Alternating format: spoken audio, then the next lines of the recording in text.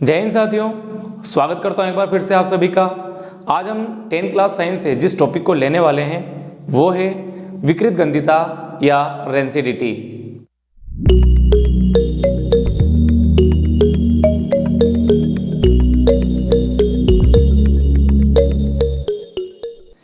आज हम अपनी इस वीडियो में कुछ 3 से 4 छोटे छोटे प्रश्नों को लेने वाले हैं। वे क्या हैं? विकृत गंधिता किसे कहते हैं, मीन्स व्हाट इज रेंसिडिटी। एक प्रश्न है कि जो ड्राई फ्रूट्स यानी सूखे मेवे होते हैं या तेल में बने पदार्थ होते हैं, उन्हें जब हम वायु में खुला छोड़ देते हैं तो वे खराब क्यों हो जाते हैं। इसी से रिलेटेड एक और क्वेश्चन है कि जो एयर टाइट बर्तन होते हैं, वायुरोधी जो बर्तन होते हैं, उनमें कोई सामान जब हम रखते हैं, खासकर जो तेल से बना हुआ सामान है, यदि हम उसमें रखते हैं तो वो आसानी से ख़राब क्यों नहीं होता है। और एक और जो कॉन्सेप्चुअल क्वेश्चन है इससे जुड़ा हुआ वो है कि जो चिप्स के पैकेट होते हैं उनमें हवा क्यों भरी जाती है। तो सबसे पहले शुरुआत करते हैं हम विकृत गंधिता शब्द से, अर्थात रेंसिडिटी से। असल में जो विकृत गंधिता शब्द है ये 2 छोटे छोटे शब्दों से मिलकर बना है। एक तो है विकृत और दूसरा है गंधिता। विकृत का मतलब है खराब, जबकि गंधिता का मतलब है गंध आना।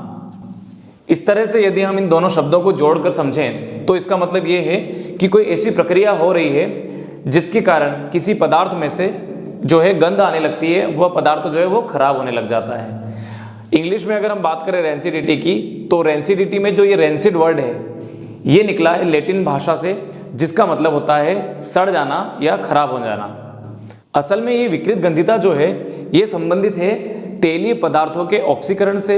ये जो फैटी जो मटेरियल्स होते हैं उनके ऑक्सीडेशन से। होता क्या है, जैसे मान लेते हैं हम कोई सूखे मेवे या ड्राई फ्रूट्स है, फॉर एग्जांपल बादाम है, कोई नमकीन है जैसे हमने सेव बनाई या कोई चिप्स है। ये पदार्थ जब हम क्या करते हैं खुले में छोड़ देते हैं तो ये वहाँ की जो एटमॉस्फेरिक ऑक्सीजन होती है, वायुमंडलीय जो ऑक्सीजन होती है, उससे क्रिया करने लगते हैं।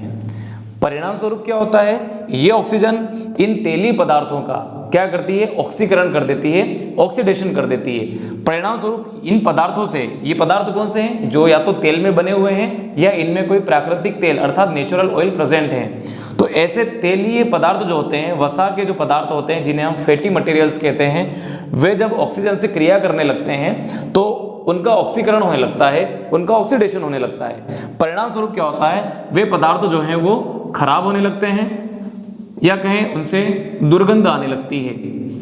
साथ ही उनका जो स्वाद है अर्थात जो टेस्ट है वो भी खराब हो जाता है। तो इस तरह से जो तेलीय पदार्थ होते हैं, वसा में बने पदार्थ होते हैं या ऑयली मटेरियल्स होते हैं, वे ऑक्सीजन के संपर्क में आने से खराब होने लगते हैं, उनसे दुर्गंध आने लगती है, उनका स्वाद बदल जाता है। इस प्रक्रिया को कहा जाता है विकृत गंधिता अर्थात रेंसिडिटी।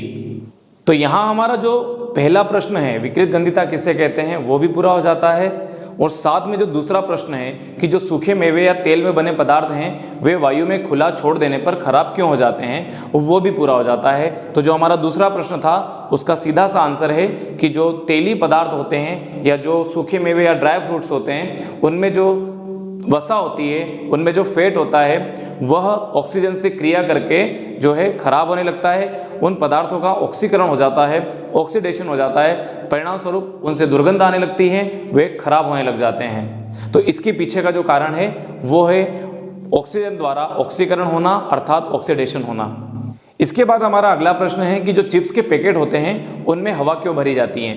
आप जानते हैं कि जो चिप्स के पैकेट होते हैं, उन चिप्स के पैकेट में कोई भी पदार्थ जो रखा है, जनरली चिप्स कह लीजिए, ये जो पदार्थ होते हैं ये तेल में बनाए जाते हैं।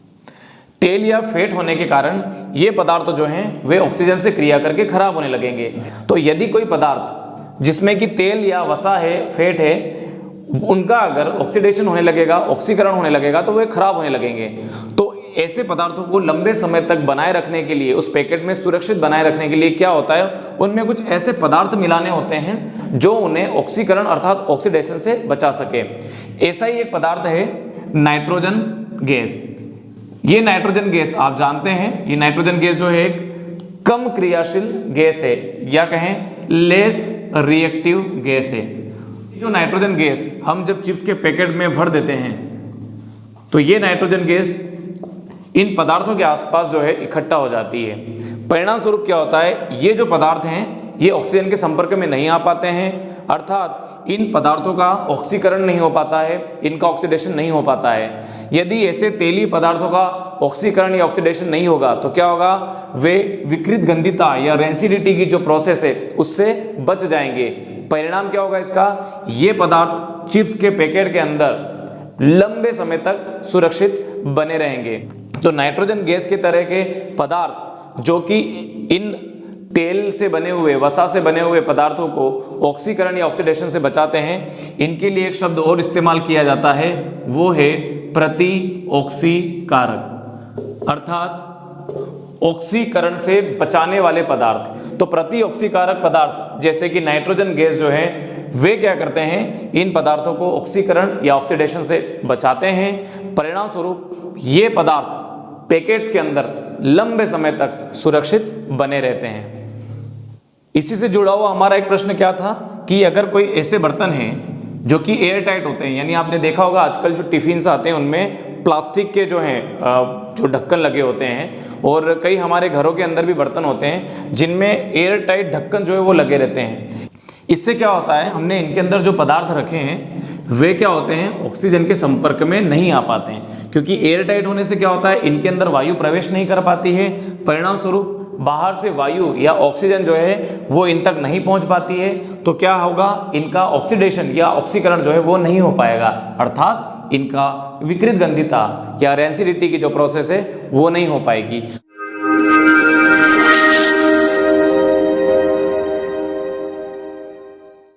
इस तरह से विकृत गंधिता या रेंसिडिटी से जुड़े हुए इस टॉपिक में हमने 3 से 4 कॉन्सेप्चुअल क्वेश्चंस को लिया है।